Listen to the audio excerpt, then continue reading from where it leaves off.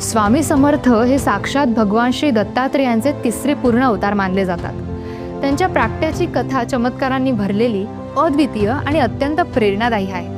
दत्त महाराजांचे दुसरे अवतार असलेले श्री नरसिंह सरस्वती यांनी इसवी सन 1459 मध्ये गाणगापूर येथे निर्गुण पादुकांची स्थापना केली आणि आंध्र प्रदेशातील श्रीशैली यात्रेस जाण्याच्या निमित्ताने ते कर्दळी वनात अदृश्य झाले। या ठिकाणी त्यांनी सुमारे 300 वर्षे कठोर तपश्चर्या केली। या काळात त्यांच्या भोवती मुंग्यांनी रचलेले मोठे वारूळ तयार झाले होते। एके दिवशी उद्धव नावाचा एक लाकूड तोड्या या वनात लाकडे तोडत असताना त्याच्या हातून कुऱ्हाड निसटून थेट वारुळावर पडली। कुऱ्हाड वारुळाला लागताच त्यातून रक्ताची धार वाहू लागली आणि क्षणातच एक दिव्य प्रकाश प्रकटला। त्या वारुळातून एक अजानुबाहू म्हणजे ज्यांचे हात गुडघ्यापर्यंत आहेत असे अत्यंत तेजस्वी योगी प्रकट झाले। तेच साक्षात श्री स्वामी समर्थ महाराज होते। स्वामींनी घाबरलेल्या लाकूड तोड्याला अभय